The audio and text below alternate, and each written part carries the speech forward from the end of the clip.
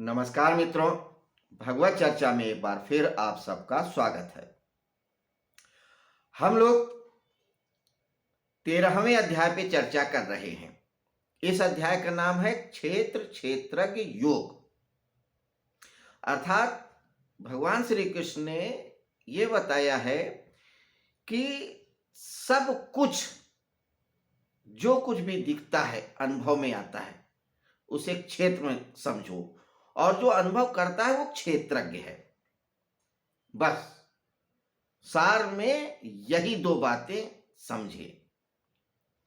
जैसे क्षेत्र यानी खेत में बीज होते हैं और बीज से फल फूल और तमाम तरीके की औषधियां, पेड़ पौधे, फसल लहलहाती है, वैसे ही यह शरीर भी एक क्षेत्र है। इनमें जब कामनाओं के बीज पड़ते हैं तो बहुत सारी इच्छाओं के फल फूल या कर्म या सब कुछ संसार फलता फूलता है। ऐसे ही संसार को अगर एक क्षेत्र मानो तो ईश्वर के मन में, वैसे तो ईश्वर के मन में कोई इच्छा नहीं है, लेकिन बड़ी मीठी सी कथा है, उसको अभी हम बताएंगे, आपसे शेयर करेंगे। तो ईश्वर भी अब कौतुकवश, खेलवश, लीलावशात इच्छा करता है कि एक वो हम बहुत श्याम, और वो उस कामना से ही, उस इच्छा से, उस विचार से ही यह संसार पूरा का पूरा भाषित होता है। तो इस संसार को समष्टि के रूप में क्षेत्र माने और शरीर को व्यष्टि के रूप में क्षेत्र माने, तो क्षेत्र, शरीर को, क्षेत्र को जानने वाला आत्मन क्षेत्रज्ञ है, और संसार को, सब कुछ को जानने वाला परमात्मा। ये छोटी सी बात बताई, ये छोटी सी नहीं है, ये समझ लो पूरे ज्ञान का सार है। अब भगवान श्री कृष्ण क्षेत्र को विस्तार देते हुए कहते हैं कि ये जो क्षेत्र है ये 24 तत्वों से बना है। जो क्षेत्र है वो 24 तत्वों से बना है। ये 24 तत्व उन्होंने क्या बताए थे? पंच महाभूत बताए थे, प्रकृति बताए थे, महातत्व, बुद्धि, पंच महाभूत, उनके कारण, पंच ज्ञानेन्द्रियां, पंच कर्मेंद्रिया, मन, बुद्धि, ये सारी 24 तत्व उन्होंने बताए थे। तो और एक क्षेत्रज्ञ, क्षेत्रज्ञ एक ही है जानने वाला।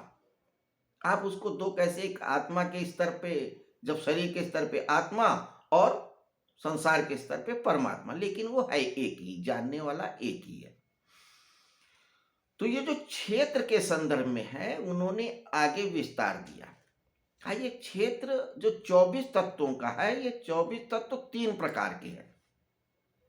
क्या कहते हैं? ये जो 24 तत्व हैं ये 3 प्रकार के हैं। एक तो प्रकृति जो मूल तत्व है, महातत्व कह लो। दूसरा उस प्रकृति की विकृति, प्रकृति विकृति, और एक केवल विकृति।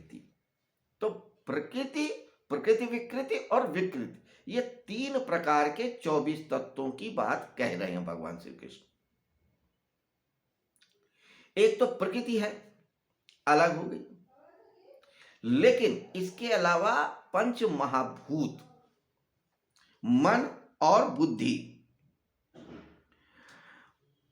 या बल्कि अहंकार और बुद्धि, तो अहंकार और बुद्धि और पंच महाभूत, इन 7 तत्वों को प्रकृति विकृत माना है।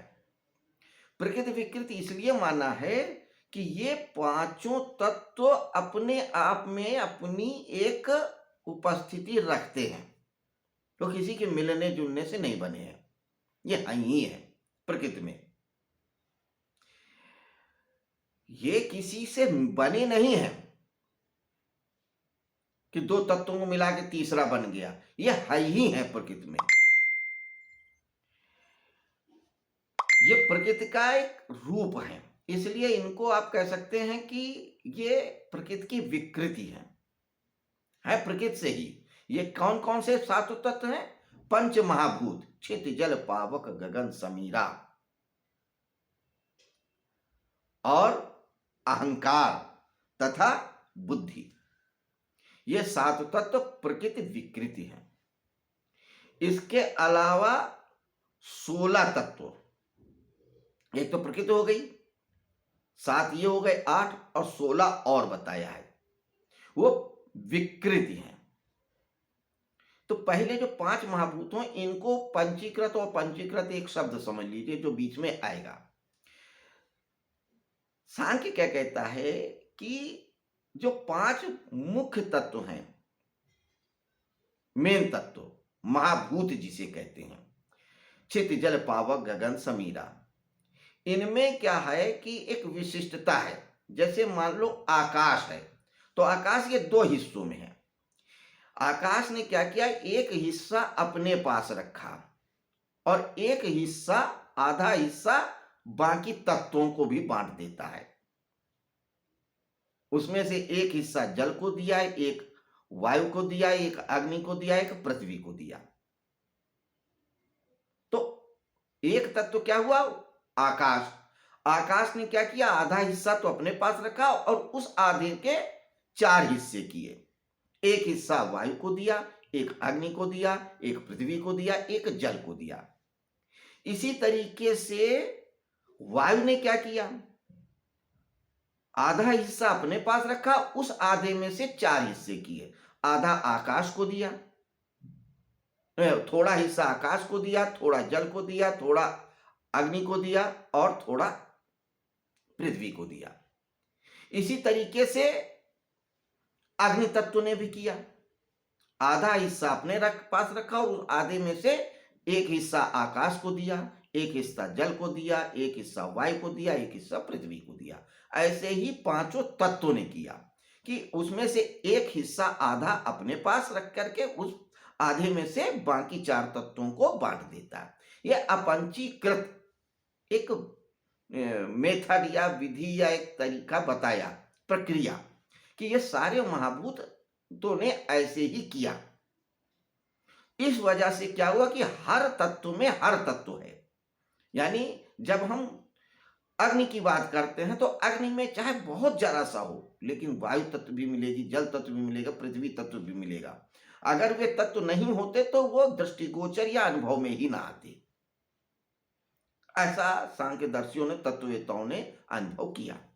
तो ये जो अपंचीकृत महाभूत हैं, ये अपने आप में वैसे के वैसे ही हैं।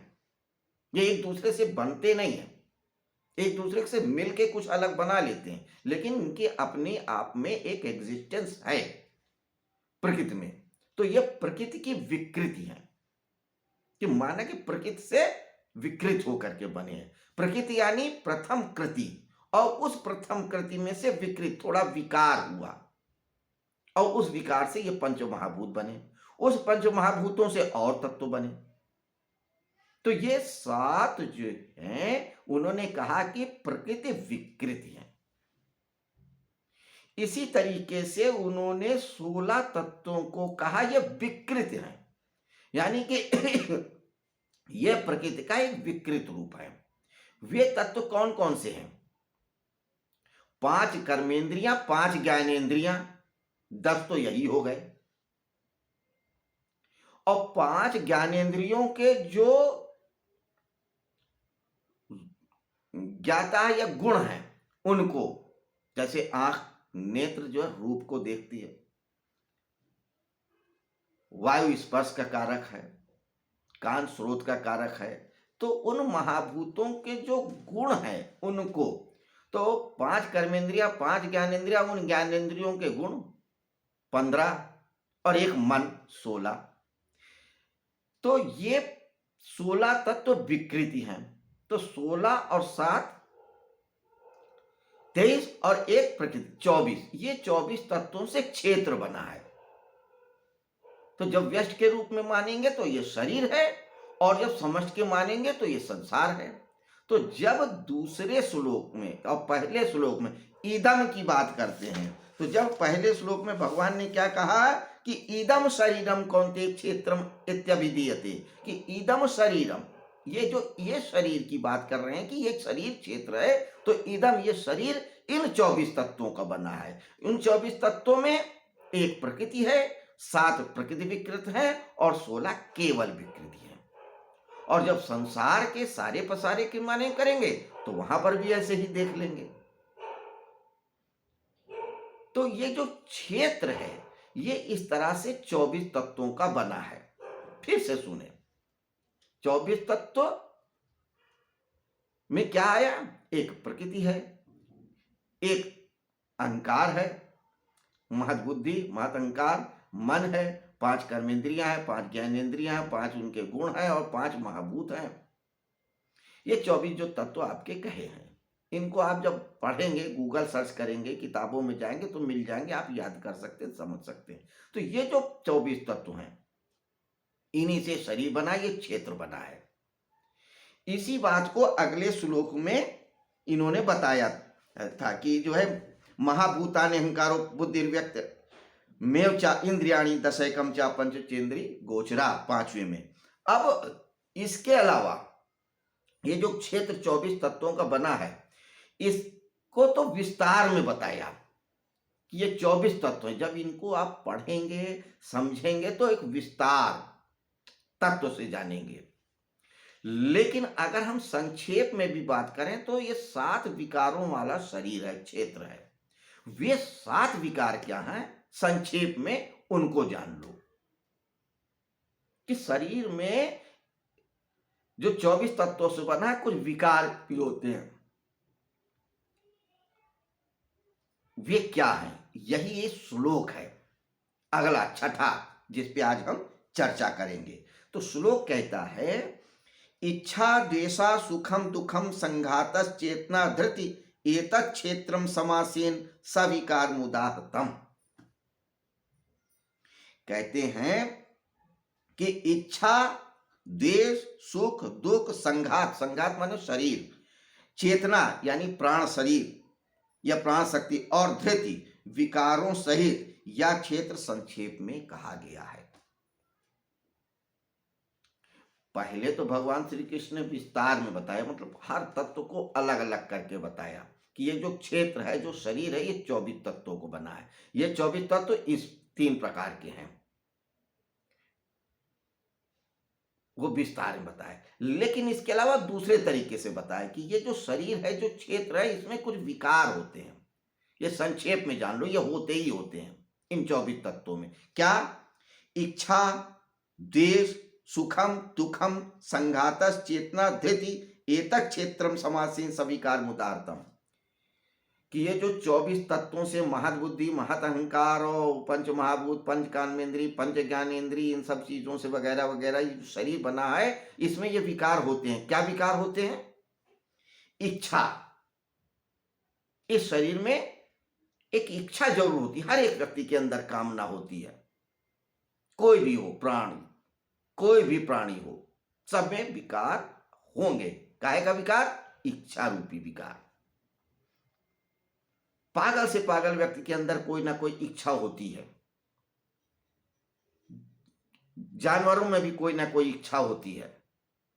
तो ये इच्छा क्या है? इस प्रकृति रूपी शरीर का विकार है। इसी विकार को खत्म करना होता है, इच्छा को खत्म करना होता है, तभी वो अपने स्वरूप में आता है। इन 7 विकारों से जब रहित हो जाता है जीव, तो वो अपने स्व में स्थित हो जाता है, वही स्थित प्रज्ञ होता है। पिछले के अध्याय में जो बताया था। तो ये 7 विकार, पहला विकार क्या बताया? इच्छा की कामना। व्यक्ति के अंदर जो डिजायर होती है वो एक विकार है, वो हमारा स्वाभाविक स्वरूप नहीं है। दूसरा विकार क्या है? द्वेष, जलन, कुढ़न। क्या होता है कि जब हमारे अंदर एक विकार आ गया इच्छा का, और जब ये इच्छा पूरी नहीं होती है तो हमें क्रोध आता है, गुस्सा आता है, द्वेष आता है, जलन आता है, कुढ़न, ये दूसरा विकार होता है। जैसे आपके कंप्यूटर सॉफ्टवेयर में एक वायरस लग जाता है तो बहुत सारे वायरस आ जाते हैं। शरीर में एक रोग लग जाता है तो और भी रोग पकड़ लेते हैं। व्यक्ति के अंदर एक बुराई आ जाती है तो और बुराई आ जाती है, वो रास्ता मिल जाता है। तो एक पहला विकार क्या हुई? कामना उठी। अब वो कामना जब पूर्ति नहीं होती है तो फिर द्वेष पैदा होता है, जलन, कुढ़न और सारी चीजें आती हैं। ये दूसरा विकार है। तीसरा विकार कहते हैं सुख दुख। अब ये जो कह रहे हैं कि सुख को भी विकार मान रहे हैं और दुख को भी विकार मान रहे हैं। कृष्ण कहते हैं कि आत्मा न सुख चाहती है न दुख चाहती है, सिर्फ होती है। अगर आत्मा सुख चाहती तो वो मुक्त ही नहीं हो सकती थी, क्योंकि जब सुख होगा तो उसके पीछे पीछे दुख आएगा। सुख और दुख एक ही भाव के दो हिस्से हैं। अगर सुख आएगा तो पीछे दुख जरूर आएगा। जिससे आज व्यक्ति को सुख मिलता है उसी से दुख भी मिलता है। एक व्यक्ति को आप बहुत चाहते हैं, वो आपके नजदीक है, बहुत सुख है, लेकिन कभी ना कभी तो आपको उससे जुदा होना पड़ेगा ना। जब जुदा होना पड़ेगा तो दुख होगा। तो दुख इसलिए मिल रहा है कि उसी से सुख भी मिला था। आज आप भोजन कर रहे हैं, बहुत भूखे हैं, आपको सुख मिल रहा है, आनंद मिल रहा है, लेकिन लगातार आपको कोई प्रेस करता जाए, भोजन करो करो करो, करते जाओ, शरीर भी बढ़ जाए, पेट बढ़ जाए, सब कुछ बढ़ जाए, तो अब वो क्या होगा, उसी से दुख मिलने लगेगा। ठंड है, उसमें आपको गर्मी लगती है, गर्मी चाहिए, आपको आराम मिलेगा, लेकिन ये गर्मी बढ़ती जाए तो ये गर्मी फिर आपको दुख में तब्दील हो जाएगी। तो जो सुख और दुख है एक दूसरे के पीछे लगे रहते हैं, तो ये भी विकार है। तो कृष्ण कहते हैं जो हमारा क्षेत्र है, जो आत्मा है, उसमें ये विकार नहीं होते हैं। इसीलिए सिर्फ इस समय क्षेत्र की बात कर रहे हैं कि सुख और दुख दोनों विकार हैं। ये इच्छा और कामना भी विकार है। संघातस, ये शरीर भी हमारा उसका विकार है। जो परम सत्ता है उससे ये जो शरीर बना ये भी विकार ही समझो। संघात, प्राण शक्ति, जो हम श्वास लेते हैं, सोते हैं, चेतना है जिससे हम जीवन ऊर्जा प्राप्त करते हैं, ये भी विकार है। धृति, धारणा की शक्ति, ये सात हमारे विकार हैं। इनको मिलाकर के आप संक्षेप में क्षेत्र कह सकते हैं। तो हमने 6 श्लोकों में क्या जाना, थोड़ा इसको समअप कर लेते हैं। 6 श्लोकों में अब तक हमने ये जाना कि शरीर एक क्षेत्र की तरीके से समझिए, यह संसार भी एक क्षेत्र की तरीके से समझिए। इनको जानने वाले को आत्मा और परमात्मा कहते हैं। ये जो शरीर है और ये जो संसार है, ये 24 तत्वों का बना है। ये 24 तत्व 3 प्रकार के होते हैं, प्रकृति, प्रकृति विकृति और विकृति। ये विस्तार में है, और संक्षेप में 7 विकारों वाला ये शरीर है। परमात्मा में तो कोई विकार होता नहीं है, इसलिए उसका जिक्र नहीं किया। तो व्यष्टि के स्तर पर जब ये शरीर की बात आप करो तो उसमें ये विकार मिलेंगे। तो जो भी शरीरधारी है, जीवधारी है, उसके अंदर ये विकार मिलेंगे ही मिलेंगे, इसलिए इनको अलग से बताया है। ये तत्व नहीं है, ये विकार है, या आपके अंदर एक बीमारी कह लें, या उसका एक दूसरा स्वरूप कह लें, कुछ भी कह लें। आपका स्वाभाविक रूप नहीं है। आपका स्वाभाविक रूप तो परमात्मा का है, सत्व का है। उस सत्व में और उस परमात्मा में कोई विकार नहीं होती। उस परमात्मा में कोई इच्छा भी नहीं होती, कोई सुख नहीं होता, कोई दुख नहीं होता, कोई कामना नहीं होती, कोई शरीर नहीं होता, और धृति, धारणा नहीं होती, उसके अंदर कोई नहीं होती। परमात्मा का क्या कोई रूप है? नहीं है। उसके अंदर कोई इच्छा है? नहीं है। क्या परमात्मा कभी चाहता है कि मैं ऐसा करूं वैसा करूं? उसको तो सब मिला ही हुआ है, सब जाने ही हुआ, उसकी क्या इच्छा है? वो तो लीला ही करता है। तो उसको आप इच्छा नहीं कह सकते हैं। वो मनमौजी, मौजी मौज फकीर आदि चल रहा है। तो परमात्मा में कोई विकार नहीं है। विकार किसमें? मनुष्य में। इसलिए इस मनुष्य रूपी क्षेत्रज्ञ की और क्षेत्र की बात कर रहे हैं कि इसमें ये विकार होते हैं। तो ये 6 श्लोकों पे हमने इस तरह से चर्चा किया। अब आगे जो है और क्या बताते हैं इस क्षेत्र और क्षेत्रज्ञ के संदर्भ में, वो हम कल देखेंगे और आगे के श्लोकों में देखेंगे। तो कल हम 7वें श्लोक पे चर्चा करेंगे। आज की चर्चा यहीं पे हम समाप्त करते हैं। तो मित्रों, भगवत गीता का एक सामान्य दिग्दर्शन हम इस तरीके से करते चल रहे हैं। ये 13वां अध्याय, इसमें 34 श्लोक हैं। रिवीजन, ये आंकड़े ज्ञान के लिए कोई बहुत महत्वपूर्ण नहीं है, इनसे ज्ञान में कोई महत्वपूर्ण नहीं होता है डाटा को याद रखना। ज्ञान कभी नहीं कहता है कि वो हिसाब किताब रखे, लेकिन क्या होता है, ये डाटा, ये श्लोक संख्या, इन सबको बताने का कारण ये है कि हमको भगवत गीता में क्या हो जाने, थोड़ा सा रोचकता बनी रहती, थोड़ा अपने अंदर एक उत्साह रहता है कि हमको ये मालूम है कि भगवत गीता में इतने अध्याय हैं, इतने श्लोक हैं, भगवान श्री कृष्ण ने ये कहा, अर्जुन ने ये कहा, संजय ने ये कहा, फिर ये प्रतिक्रिया हुई, ऐसा ऐसा। तो इससे क्या होता है, एक हमारा उत्साह बना रहता है, हमारे अंदर कॉन्फिडेंस बना रहता है, हमें खुशी मिलती है, एक आनंद मिलता है, एक रस मिलता है, और याद रखने में, परमार्जन करने में भी सहायता मिलती है। इसलिए श्लोकों की संख्या, अध्याय का नाम, अध्याय का संख्या, ये सब चीजें हम रोज चर्चा में ले लेते हैं, बाकी और कोई उद्देश्य है नहीं इसका ज्ञान से। खैर, नमस्कार, शुभ रात्रि। कल फिर मिलते हैं नए श्लोक पे चर्चा के साथ।